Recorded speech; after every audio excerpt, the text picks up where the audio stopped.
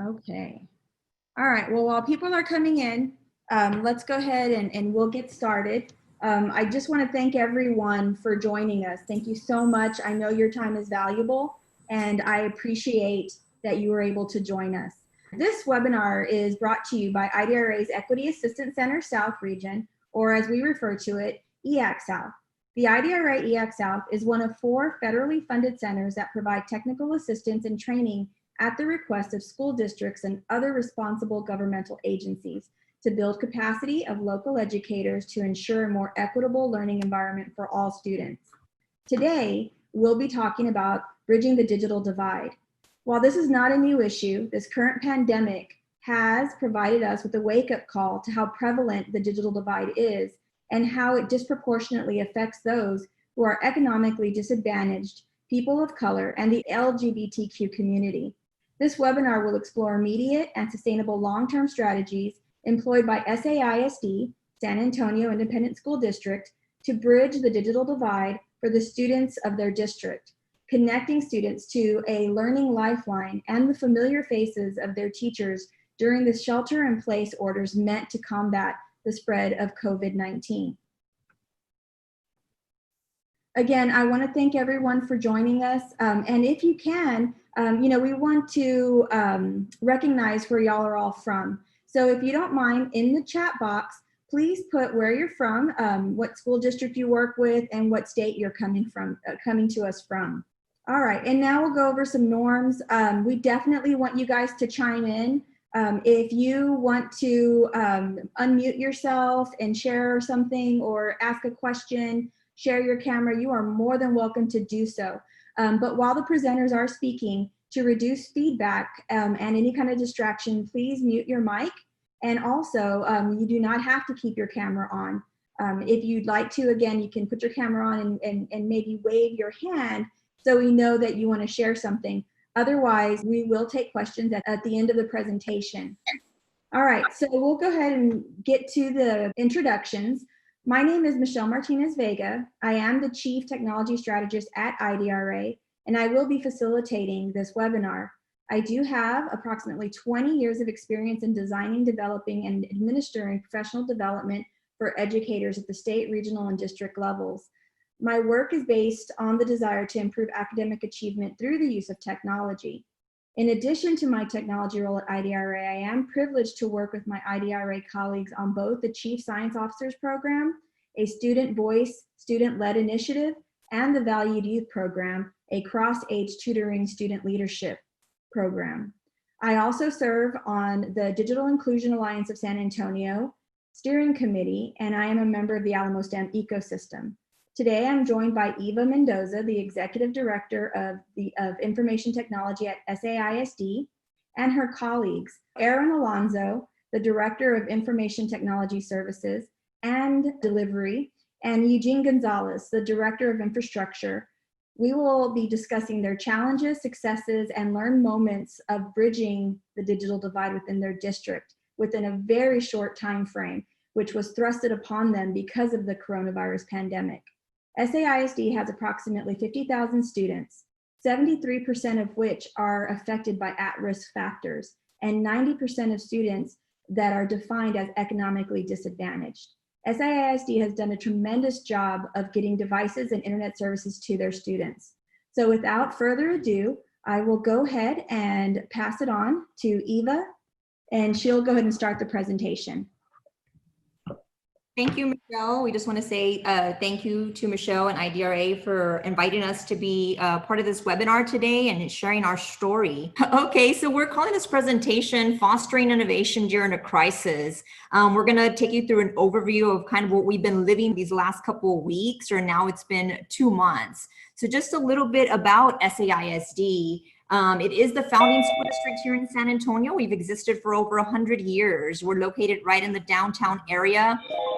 About 49,000 students at more than 90 schools. We are the 13th largest in Texas and the 3rd largest in the Bexar County area. So, and we're very prideful of all the programs that we offer, very forward-thinking, academic, specialized programs. They include all types of schools. We have single gender schools, we have Montessori schools, we have college prep schools, 3 early college high schools, tons of magnet programs and dual credit opportunities at all our comprehensive high schools. So for any path, for any journey that a student wants to take, we have the right school for them at SAISD. So part of the our mission statement, right, at the district is to become a national model. So not just city, not just state, but we want to be a national model. And we want to ensure that all our students that are graduating and leaving us are prepared to be a contributing member of the community. And now our students are living in a digital world. So as an IT department, we want to ensure that all the students are able to thrive in that digital economy, digital environment. So we as an IT department try to provide them all the resources that they need and the skills in order for them to be successful. So one of our visions, one of our models is learning everywhere. So wherever the students are at, whether they're at home, whether they're on the bus, whether they're in our buildings, we want them to have an opportunity to learn instruction if they so wish. So we want to make sure that they have the resources, the connectivity, the devices, everything they need to make every area an instructional area. And these are the 3 key points that we're going to be discussing in the presentation today. So we'll start with connectivity, then we'll talk about devices, then we'll talk a little bit about digital literacy and safety. So we talk, and through this presentation as we talk about life BC, before COVID-19, and AC, after COVID-19. And I believe a lot of the work that we had done prior to the COVID-19 situation hitting us really put us in a good place where we were able to quickly respond, right? We had already established a lot of relationships, a lot of plans were already in motion. So we were just able to accelerate those plans and move quickly when the situation arose. All right, so we'll go into connectivity first. Okay. So before COVID-19, SAISD had a roadmap to address connectivity in buildings. Those improvements included a dedicated high-speed fiber network for all schools and offices within San Antonio ISD. We also moved our data center to a higher class, higher tier data center with more redundancies and backup features. We introduced Wi-Fi connectivity on all school buses, going along with that model that, keeping the student connected. Those buses also had tablets that allowed the students to use reading apps. We focused on Wi-Fi coverage within the buildings. We expanded it to areas that are outside the classroom. A lot of our educators wanted to do some classes in courtyards. They wanted to ramp up a number of students in gyms and auditoriums. So we also addressed the wireless coverage throughout the buildings. That was all before COVID-19. Next slide. So on the buildings, we pretty much had it covered. Gene and his team had done a lot of extensive work prior to get our buildings up and running and capable of handling all the devices. Also before COVID-19, we had already secured funding and awards to connect over 10,000 students at their home. And these are some of the programs that SAISD was awarded. So we work with Sprint 1 Million, the 1 Million Project Foundation, and this is geared towards our high school students. In the fall, we distributed over 5,600 devices to students. We are also part of the Bills Learning Community, and we have 4 campuses currently that all the students have an iPad with built-in LTE service. We just found out, and we're super excited, that we were awarded a 5th campus.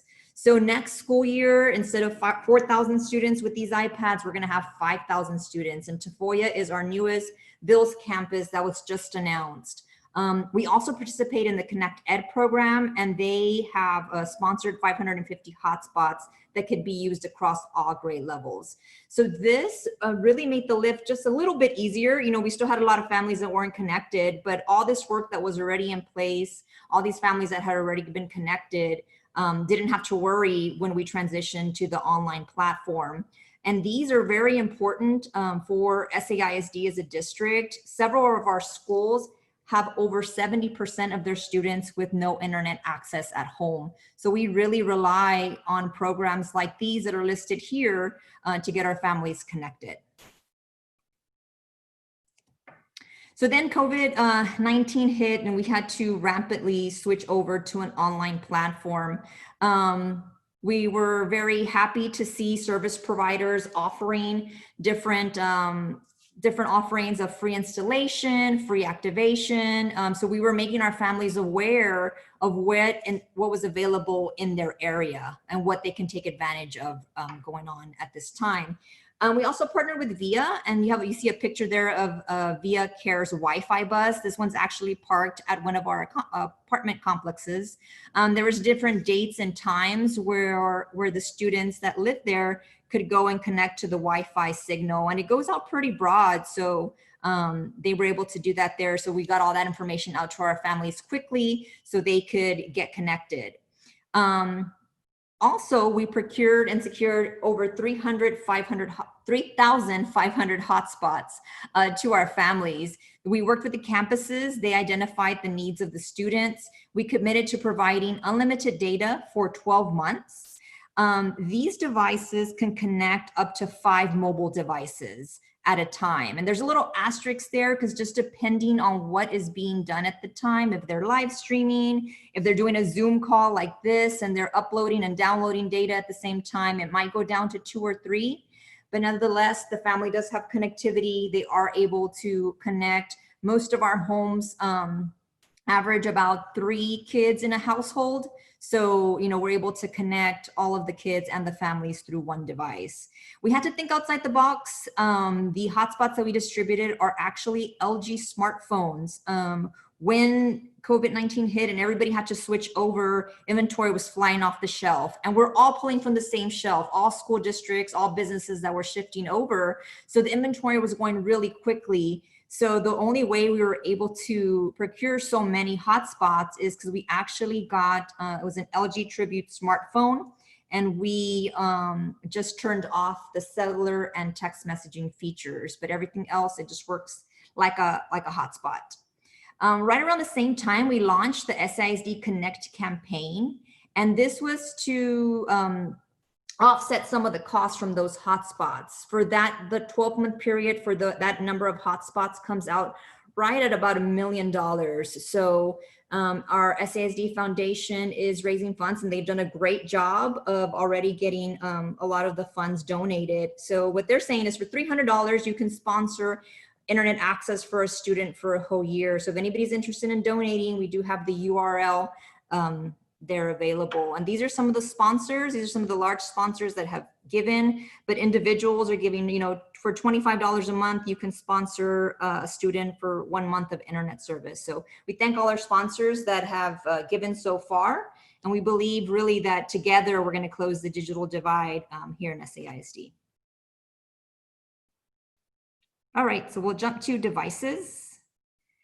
So device plan BC before Corona. So we had started our tech refresh strategy in 2018. We established a committee. We looked at a lot of things in the instructional environment at SAISD. We defined what does that look like, right? What does the classroom look like? And you see that statement up there. It's student-centered, it promotes creativity, critical thinking. We wanted it to be flexible and we're a space where personalized learning was possible. So then we said, okay, what technology devices support that type of learning environment?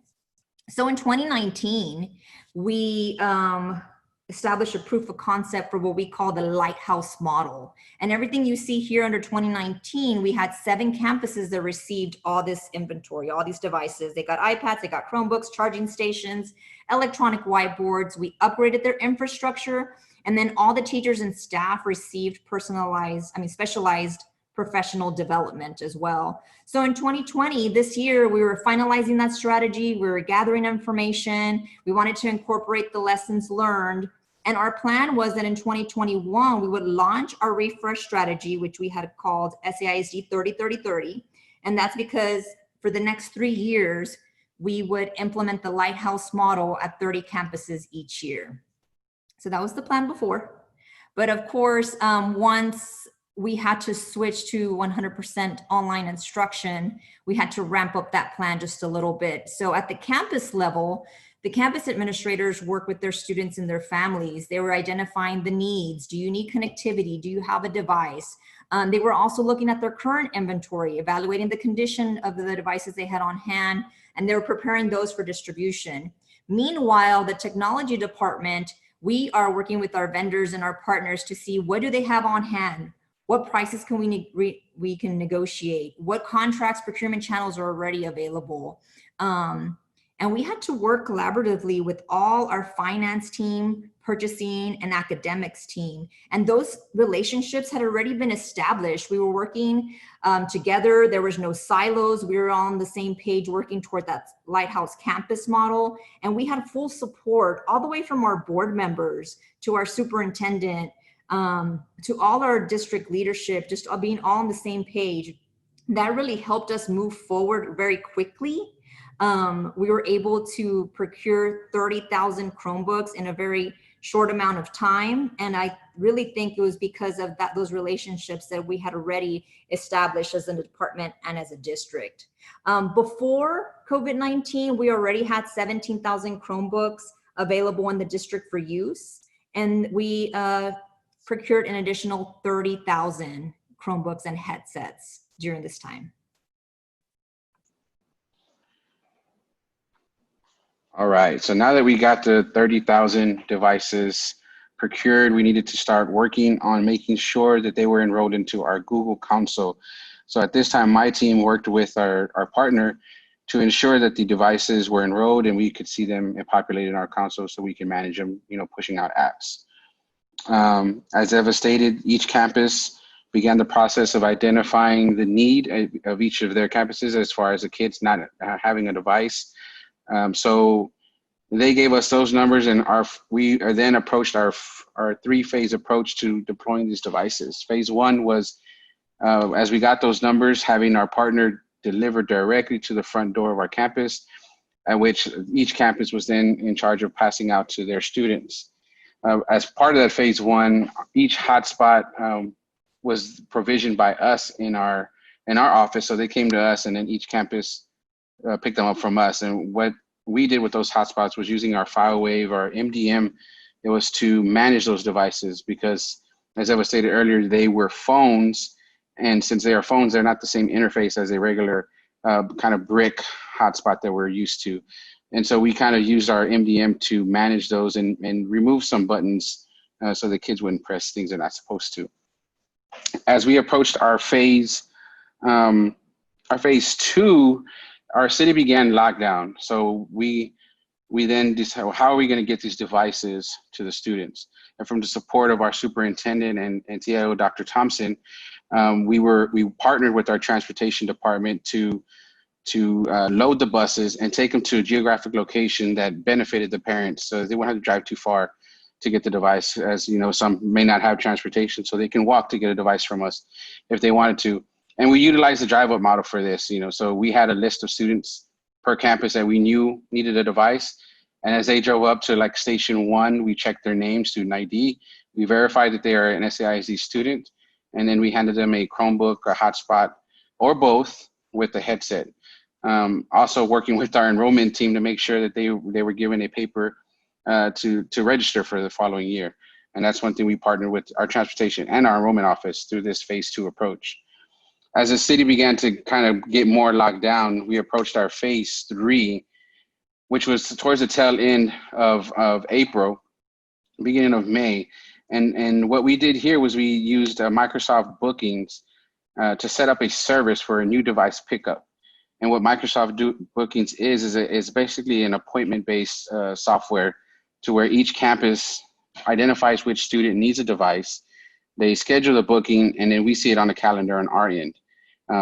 At that point, they get an email confirmation and a text confirmation stating they have been created a booking appointment with instructions on when they approach and where and the address to our location there at Cooper Learning Center.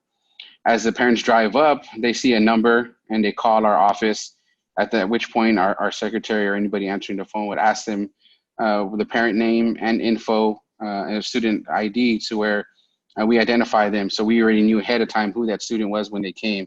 And then we simply walked the device out there to them with instructions on how to use a hotspot if they had one, and also enrollment papers again to make sure they register for the next year.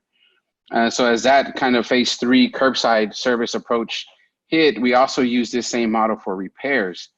And so as staff and students began needing their devices worked on, this model worked perfect. They bring it to us, we can fix it and get it back to them within a short amount of time. If a student comes and their devices needing repair, then we just simply replace it with a new Chromebook. And this led to how we support all these 50,000 devices that we now have in our hands. BC is before COVID, and how did our help desk run before? Well, we had 4 staff members and 1 part-time, and we averaged 125 calls per day, which is off peak. And then as after COVID, of course, we had to ramp up the help desk agents as we were more remote, and we expanded from a 4 to 5 staff help desk to 15. And it wasn't that simple. Our environment in SAI ISD, our field techs and our help desk technicians are basically on separate sides of the world. And we had to train up our field technicians to know how to password reset, how to go into Active Directory and do certain things that our regular help desk agents were able to perform. So training was huge.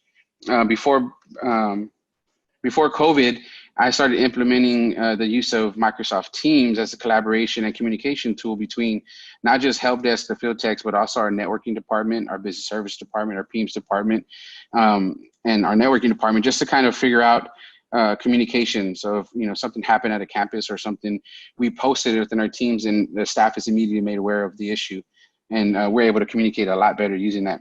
So as we went to the remote, Microsoft Teams played a huge role. I created a help desk support channel to where we could ask any and all questions.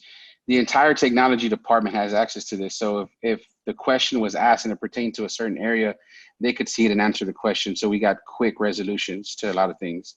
And this helped because we went from a technology help desk to a SAISD service desk. And we got all the questions, HR, finance, and all these questions started coming our way that we weren't normally used to, but we were able to get the answers. And because now we started getting calls from students and parents, which was out of the norm for us. We used to get some, but not as many. And now that we're at home with the parents are at home with the devices, they started calling. So our call volume increased on an average of 800 calls per day since spring break, essentially. And then we reached a high of 1,000 calls a few times, and it was a momentous occasion when we said, wow, we hit 1,000 calls. And to the low end, about 275 calls is where we're at roughly at the moment. Now that kind of things are starting to down towards the end of the year. And so that was huge, getting our staff members trained up to start answering calls for everything. And then now using this curbside repair process to manage the devices as well. And FileWave is huge. You see it there at the bottom of the slide. FileWave is our new MDM solution that we have. We are transitioning from our AirWatch, which manages our iPads and some of our MacBooks, to now FileWave, which manages all platforms. Windows and Apple is essentially where it's at. And like those LG phones, we do have Android, be able to manage Android devices as well. But this is huge. Before COVID, we used SCCM to essentially blast out software to anybody who needed it. If I needed a software application, I can get it directly from SCCM. But that's when we're on network. Now that everybody's at home, we're on 2 separate networks. And how do we push out software? We can't, unless they're on VPN, of course. But since we had FileWave and we were able to push it out, we had over 4,000 clients quickly with the FileWave agent, and allowed our team to kind of help with those requests. And we called it the COVID package. And that was Zoom, Teams, our VPN, and that was our quick COVID package. Everybody needed access to those applications in order to start managing. The biggest one of which was Jabber. We need our secretaries or principals to start answering the phones on their devices when parents and other staff members are trying to call the campus. And so FileWave played a huge role in what we do with that. And that leads to our next slide, which is security side. But Jean.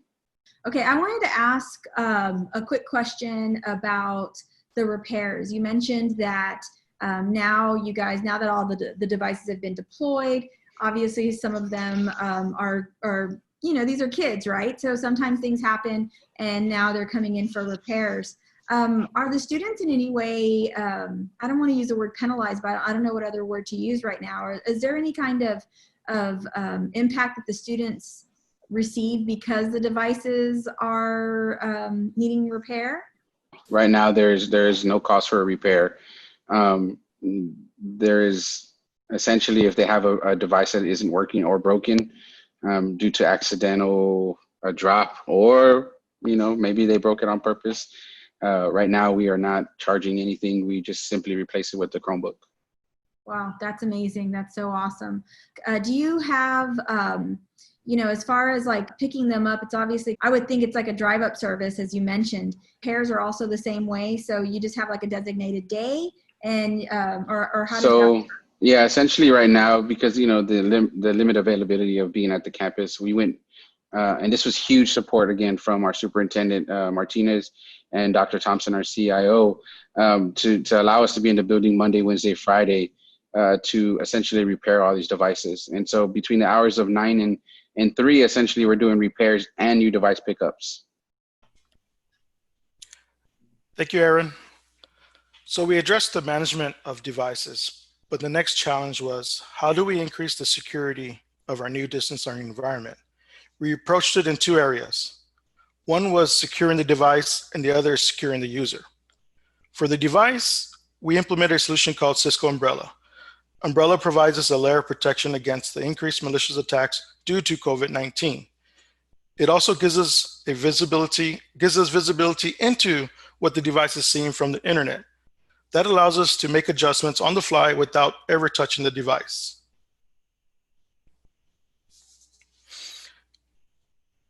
SASD also introduced Security Operations Center, SOC for short.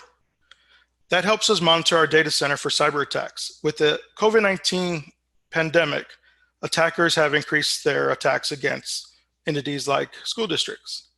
They know that a lot of our workers are remote, so they're taking every opportunity to launch attacks. It also processes all the alerts. We get thousands and thousands of alerts. With this security operations center, it gives us a visibility into all of our systems and what they're experiencing. For the user, we implemented training and knowledge building for students and staff. We require all employees to take an online cybersecurity course. In addition, we introduced a new phishing simulator to train users on how to spot malicious activity. Again, attackers are, I'm sure everybody's experienced this. You have an email in your inbox, they're saying, read this information, put your password in for additional COVID-19, and then you're compromised. So this simulator helps users identify malicious emails that are sent to you. With this additional knowledge for staff and most importantly, teachers, they can pass that on to students during their class times, during their online classroom sessions. With the focus on security, students were also introduced to digital citizenship. Students must learn digital skills to survive in the digital economy. All students need these skills to participate in their communities and make smarter choices online and in life. And Eva will take us home. So long-term strategies and us thinking about next steps. As far as digital citizenship and cybersecurity, we're going to continue our lessons and our training to students and staff. That constantly evolves. So our staff, right, our IT staff, we have to keep track of what's emerging, what are the new trends, and what's the new technology. As far as devices, we need to now establish a new refresh model. We had something in place. It was going to take a couple of years. We've now squished all that into 3 weeks and got it deployed. But then what's going to happen in 3 to 5 years? So just thinking long term, how do we sustain that? How do we keep that going? When you double or triple your inventory, you also double and triple your repairs that are coming in. So Aaron's team is looking at putting a repair shop together. As those devices come in and need to be repaired, we need to be prepared to take those in and get them fixed and back out to the students. Also managing our devices. We've about a year ago transitioned to FileWave, and it was a great thing that we did because that now allowed us to manage those devices on and off network and all different types of devices. So that was a great move. We want to make sure we can keep that going. We want our students to keep their devices. Our district's actually going to allow them to keep them through the summer so that learning can continue. And so we want to make sure they're getting their updates and they're managed properly. Infrastructure upgrades. So when fall comes and all these devices come back, we need to make sure that our buildings are ready, that our Wi-Fi system can handle all those devices that are now coming back to our buildings. We want to make sure the connectivity is still good and that all those upgrades are in place. As far as connectivity, we committed to the 12 months on the hotspots. We're going to continue to seek out grants and different programs like the ones we're using today. We want to partner with the city, with the county, and other educational institutions to really solve this issue. You know, we want the collective wisdom of everybody and all the resources that we have at all these different entities to really solve the digital divide, because it's not just an issue for San Antonio and SAISD students, but really for the whole community and the whole city. So anything that we can work on together is gonna help all of us. So we're gonna continue to bring awareness to this issue of the homework gap. COVID-19 has definitely shined some light on the digital divide. We're gonna continue to advocate for digital inclusion and tell our policymakers, you know, this is a real need that we need to work together to solve it. And I really think that if we work together, we can close the digital divide. Here's our contact information. You know, please feel free to reach out to us. We work with a lot of other school districts now, and we would be happy to work with more. That's really how we learn from each other. You know, we're all basically going through the same challenges. And if we can work together to get through those, you know, we'd be happy to work with you and share our stories and hear your stories as well. So our email addresses are there. Please feel free to contact us. I really wanted to know, out of all the challenges that you had, because I know you had a ton, what was the absolute biggest challenge? Like, what was your biggest hurdle? Was it like locking down or unlocking the some of the security features, or was it even potentially maybe some of the parents? Were some of the parents afraid to take the devices because maybe they were afraid their child was going to break it, or they were afraid of their child being on the internet? Maybe you could elaborate a little bit on that. I think all of us here, you know, we all have a different view on that. But for me, with us being such a large school district, communication, like getting the communication out and it being the same message throughout all the campuses and you getting to the families and the parents was pretty challenging. And especially when you're talking about the community that's not connected. So they don't have access to the internet today. Like, how do you reach out to them and get them this information that they need? You know, a lot of information was put online, was put on the campus websites, and as you know, if they're not connected, they're not going to know to look. So from my point of view, getting that communication out was one of the hardest challenges. Our campus administrators did have to pick up the phone and call hundreds of kids to get a hold of them, to get them the information, to let them know, hey, we're giving out devices, we're here, we need to hear from you. This is what we have available. So I think that was the biggest challenge. I'm not sure. I'm sure Jean and Aaron probably maybe have something a little bit different.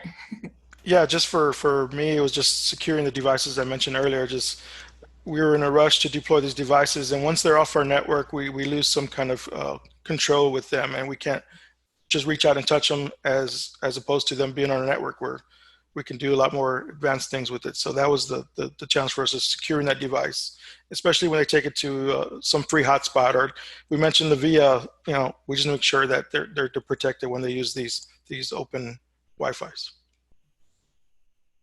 So also, I think another challenge that your district has is maybe the language barrier. As you mentioned earlier, a lot of your parents and a lot of your students may not have English as their first language. So how did you guys overcome that?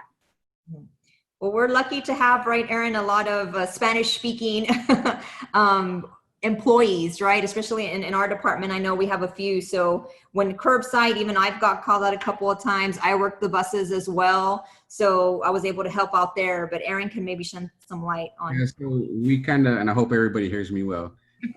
We had the call menu was huge. So when our help desk went full-fledged with 15 staff members, we used Microsoft Teams as a way to communicate. So as some of our agents got the calls, we were able to say, hey, I got, a Spanish speaker on the line, and we were able to take it. And then we realized, hey, we need this call menu. So Gene's team really worked really fast. His name is Gareth Purd. Got a shout out to Gareth for really working fast to get this call menu for Spanish speakers. And as a Hispanic myself, and knowing how our families are, they're hesitant to call if there's not a Spanish speaker on the other line. And so we wanted to make it the experience as comfortable as possible when they called. And our Spanish speaking agents are amazing at what they do, and having to learn the technology language in Spanish as well as English was a little bit of a challenge, but we're getting through it. Wow, that's amazing. And I had another question about the cell phones. I mean, I've talked to Eva about this a little bit. Mind blown, right? So I thought that was an incredible pivot to use cell phones as hotspots versus actually getting hotspots, especially because the inventory was becoming very limited. I know even for us, we were looking for devices for some of our staff members, and we were constantly being told they're on back order. So tell me a little bit about that, if you don't mind. Yeah, and actually the idea came from our Sprint 1 Million, right? The 1 Million Foundation offers either a cell phone or a hotspot. So in the fall, when we had surveyed all our high school students, we had about half that selected cell phones. And we're like, hey, we're already doing it at some of the high schools. Can we just continue to do that now as we procure these? So we worked with our vendor, made sure that was possible, locking on everything down. And then that's kind of how that went there. But we were already doing it through the 1 Million Foundation. So was it more cost effective also? I'm curious. Or is it about even? It's about even. Yeah. For as far as paying, we did negotiate a really good price for our monthly fee. We pay right under $23 a month for unlimited data, which is, unheard of. So, our vendor, shout out to our vendor too, our sponsors, partners who helped drive down that cost. Wow, that's amazing. And so out of curiosity, and I don't know if you guys even know, but your area of San Antonio, the geographic area that you cover, sits smack dab in the middle of, I would think, the areas of the digital divide in San Antonio that are probably some of the worst. And so infrastructure wise, I mean, how many of your students, and I'm sure you covered this, but how many of your students would you say had or did not have internet access before y'all deployed all of the things that you guys did? Oh, wow. So when we surveyed in the fall, it was over 70%, closer to 80% of kids that do not have reliable internet access. So we have to define reliable internet access, and that's not including a cell phone data. We want them to actually have a device and have a connectivity. Reliable internet does not include a data cap. So if you're a family of 5 and you are sharing 5 gigs of data or 10 gigs of data, because with online learning, you're going to go through that, especially if you're doing Zoom calls, you're going to go through that pretty quickly. So you need to have a reliable source where you can access it at any time. So we're right up under 80% of families that did not have access. That did not have access before. Yeah. And now, with everything that you guys did, what would be the percentage of students that now have access? So we're looking at overall between all the programs and the 3,500 that we just deployed, we're right over 13,600. So if you think, 13,600 and every family has 2 or 3 kids, every household has 2 or 3 kids, we've covered about half or a little bit over half of our student population. Wow. I don't know. It's just amazing the work that you guys are doing and the amount of time that you were able to do it in, because technically we've been shelter in place for going on 6 to 8 weeks, I believe. And that's a lot of work to get done in a 2-month period. Yeah, we have an amazing team. There's 3 of us on this call, but there's over 85 of us, back at our homes in our offices that are very passionate about our work. I mean, shout out to our team, man. They just long hours. It was like everything was blurred. What day is it? What time is it? And nobody complained. I mean, I was loading boxes next to, looking next to me, another director, our custodian, our secretaries, everybody helping out. It was like roles, titles didn't matter. Everybody jumped in and helped out. And that's really how we were able to deploy I mean, on those buses, it was hot. You know, we were out there in the middle of the day, sometimes no shade, waiting for our students and families, but we knew the impact it was going to have. So we were willing to do it. And all of us were out there. Jean was out there. Aaron was out there. People sunburned. But, you know, everybody. We got rained on deploying devices as well. Yep. Rainy day. Yeah. That was the day I got to stay in. Well, you know, and it's amazing because when you connect the child, you really connect the whole family. And, you know, when we talk about the digital divide, we know that the world has changed. If you want to apply for a job, or if you want to work from home, or if you want to learn right now during this pandemic, you have to have an internet connection. And so, you know, you and I are both on the Digital Alliance steering committee. And so, you know, we talk about these things a lot. But now I think the whole world is very aware of how acute the issue is and how prevalent it is. So again, I applaud y'all's efforts. I know that the students are grateful. I know the parents are grateful. It's just tremendous work. So we'll go ahead and open it up to see if anybody else has any questions. Again, feel free to unmute your mic and ask the question, or just type it in the chat box.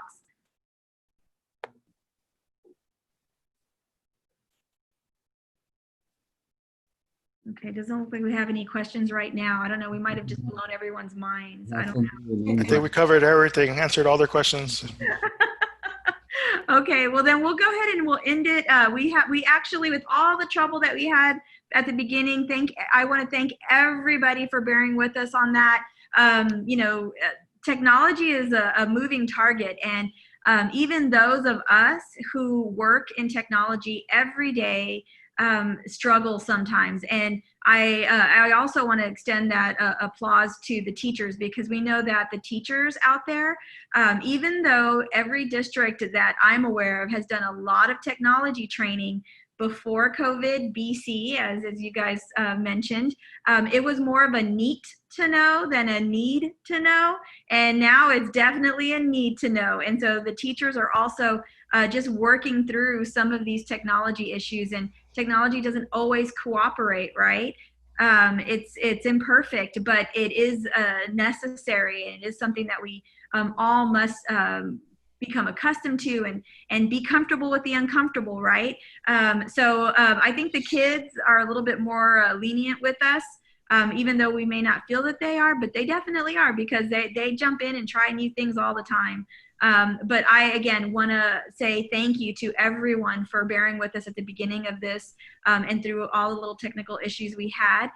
This webinar is recorded. And so I will share this in the next couple of days, along with the presentation that has the contact information for Eva, Aaron, and Eugene, so that if you have any questions that come to you, you know, once you've slept, once you've thought about all the information you received, maybe you'll have questions and you'll want to reach out to them. So that information will be available on our website. And our website, of course, is www.idra.org. And of course, there's you can always reach out to me as well.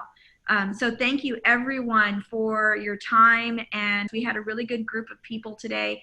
It was over 30, which is really great. Forward to seeing y'all during the next webinar, and thank you again for offering your time and your expertise with all of the participants. Thank you for having us. All right, goodbye everyone.